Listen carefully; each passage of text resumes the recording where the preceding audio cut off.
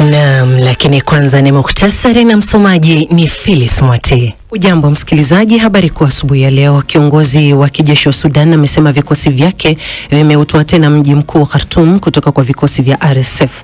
RSF bado inadhibiti sehemu kubwa ya jimbo la Darfur magharibi mwa Sudan. Siku ya Jumatatu raia wengi waliuawa wakati jeshi la Sudan lilipofanya mashambulizi ya anga eneo hilo.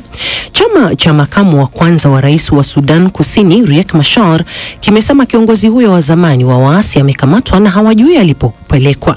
Chama cha SPLM-IO kimesema waziri wa ulinzi na mkuu wa usalama wa taifa wakiandamana na magari zaidi ya 20 ya kivita walifika katika makazi ya bwana Machar na kumkamata.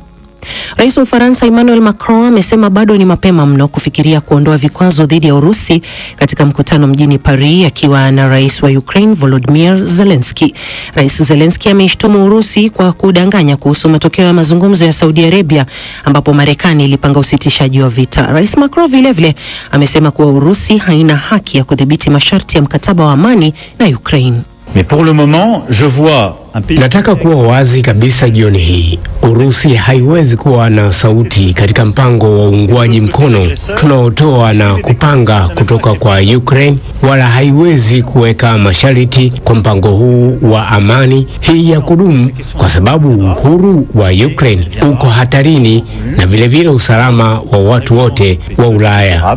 Et donc c'est beaucoup trop tôt.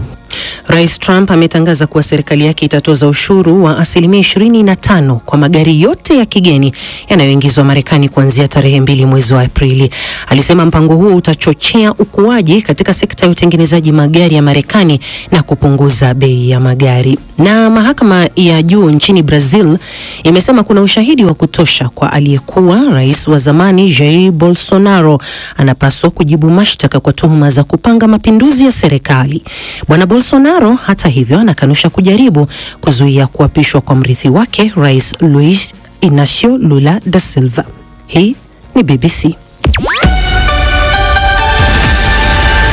Taarifa kuu za dunia zimesomwa na Phyllis Mwate. Unasikiza matangazo ya Amka na BBC kutoka idhaa ya Kiswahili ya BBC. Unayapokea kupitia redio shirika mbalimbali ikiwemo Radio Free Africa na Radio 1 nchini Tanzania, Mwanedio FM na Master FM nchini Kenya na Radio Muungano Beni huko Jamhuri ya Kidemokrasi ya Kongo. Pia unaweza kuyapokea kwenye internet tovuti ya bbc.com ama kupitia ukurasa wetu wa Facebook BBC Swahili.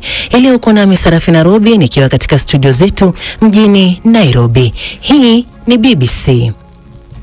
Tukianza ni kuwa wanachama wa chama cha Democrat katika bunge la Marekani wamekuwa wakiwahoji maafisa wakuu wa usalama jinsi mashambulizi ya angani nchini Yemen yalivyojadiliwa katika mazungumzo ya simu yaliyohusisha mwanahabari maarufu Nasteha Mohammed na taarifa zaidi. Jumbe hizo zinaonyesha wakati kamili ndege za kivita na makombora ya Marekani yangeanza mashambulizi yake, zimechapishwa na jarida la Atlantic.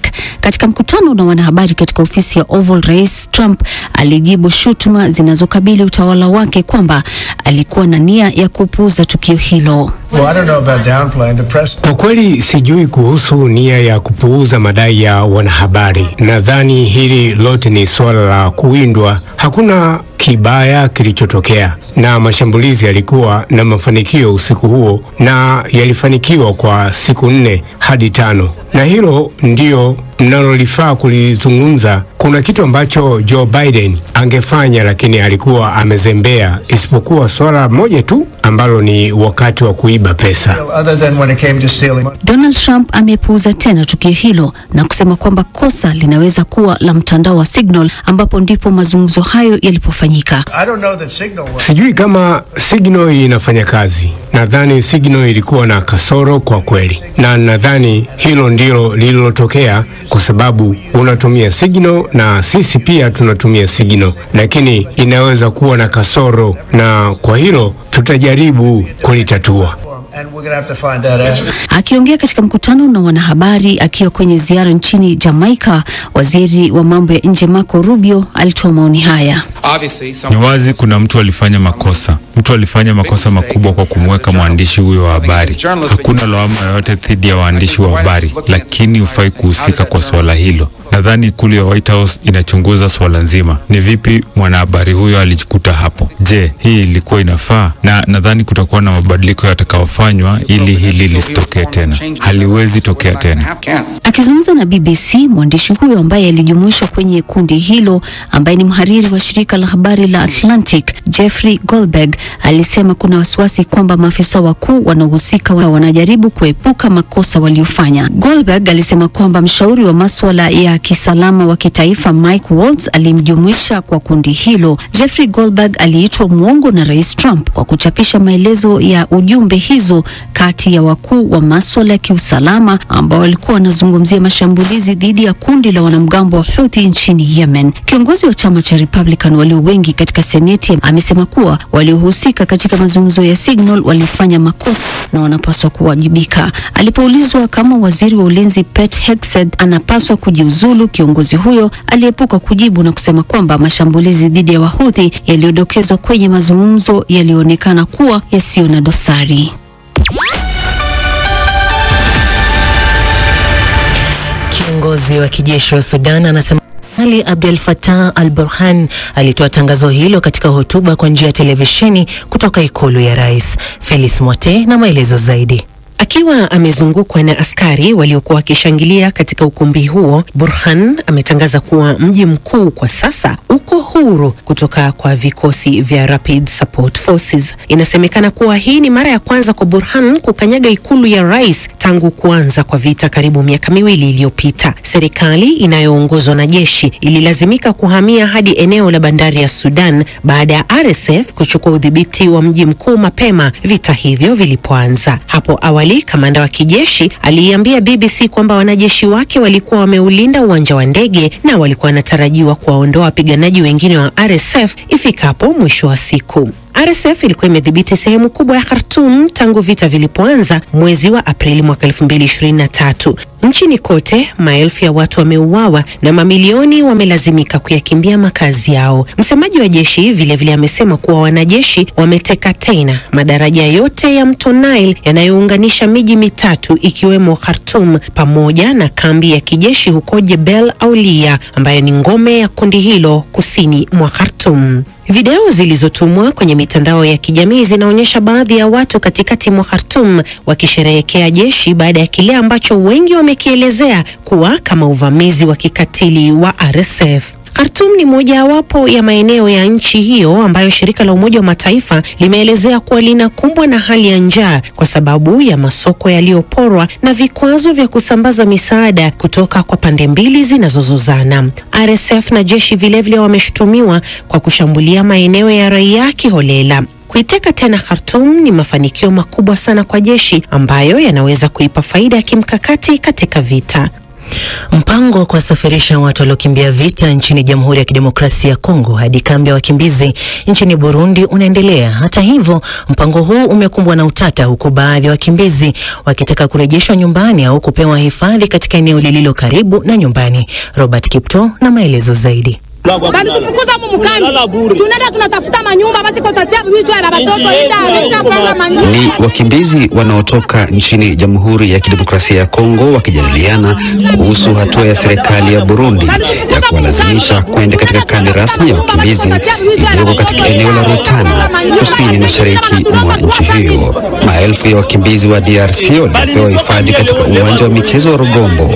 Sasa wametaka serikali ya Burundi kuwapa hifadhi ambayo ni karibu na nchi yao ili wawe na uwezo wa kufika nyumbani na kulinda mali yao. Wakimbizi hao ambao walifanya mgomo kupinga hatua ya serikali ya Burundi ya kuwalazimisha kwenda kambini, wamesema dhamira yao kuu ni kurejea nyumbani pindi tu hali ya usalama itakapoimarika. Sisi hatutaki kwenda Rutana sababu miongoni mwetu muko waliokimbia lakini wana uwezo. Mtu akienda mkaa refugee manake ni mtu mwenye anakuwa hana lolote, manake anakuwa ni mtu anakatwa miguu mikono, anaomba msaada bamsaidie. Biko mwenye aliacha ngombe.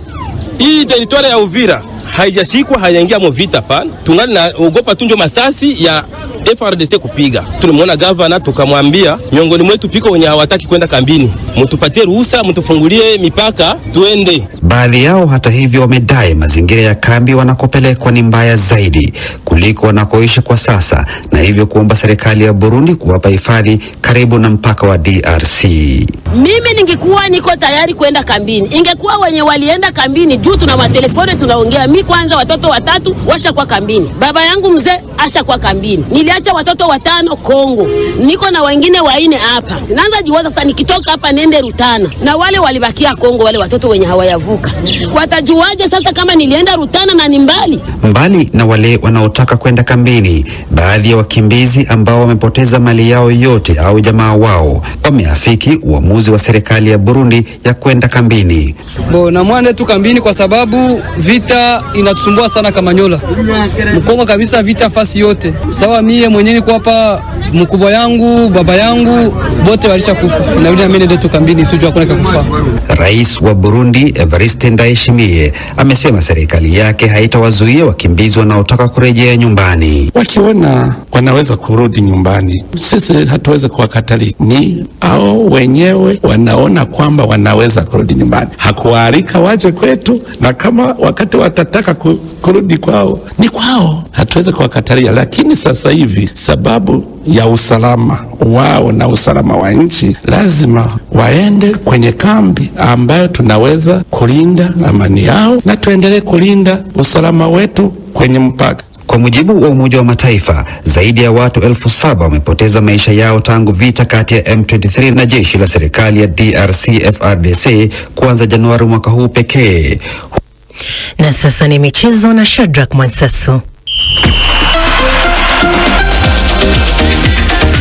Asante Sarafina Robi. Klabu za ligi kuu ya England, Manchester City na Chelsea zinaweza kupata pound milioni 97 kama sehemu ya kuweza kushiriki katika michuano ya kombe la dunia la klabu mwaka huu. Mgawanyo wa zawadi kadhaa ambao huenda ukagawanywa kati ya timu zote 32 kwa kuzingatia mambo tofauti itakuwa ni kiasi cha pound milioni 775 na pound milioni 407 zikigawanywa katika klabu zote ambazo zinashiriki, na kiasi cha pound milioni 368 ambazo zitatolewa kwa misingi inayohusiana na utendaji wa mashindano. Kwingineko kwenye tennis kimataifa, bingwa wa mara 5 kwenye mashindano ya tennis ambaye ni mchezaji wa kimataifa kutoka taifa la Poland, Iga Swiatek amepatwa na mshangao mkubwa kama si mshtuko. Hii ni baada ya mwanatennis kutoka taifa la Ufilipino Alexandra Eara kuweza kutimiza ndoto yake ya kutinga katika hatua ya nusu finali ya mashindano ya wazi ya Miami. Na tukirejea katika soka, kwa kuhitimisha ligi kuu ya soka ya Hispania La Liga, klabu ya Barcelona leo hii watakuwa nyumbani wakiwakaribisha Osasuna kwenye dimba lao la Camp Nou. Na wakati huo mchezaji wa kimataifa kinda wa klabu ya Barcelona Lamine Yamal amesema kwamba kwa sasa anahitaji kuendelea kuwepo klabuni hapo kwa miaka mingi, licha ya kuwepo kwa baadhi ya vilabu vikiwa na nia ya kumhitaji mchezaji huyo. Nchini Ujerumani, katika ligi ya Bundesliga Ujerumani, Bayer Leverkusen watakuwa nyumbani wakiwakaribisha VfL Bochum, na kule nchini Ufaransa Ligue 1 Strasbourg watakuwa nyumbani wakiwakaribisha Lyon. Mwisho wa dondoo za kimichezo asubuhi ya leo. Shukrani sana Sarafina Robi.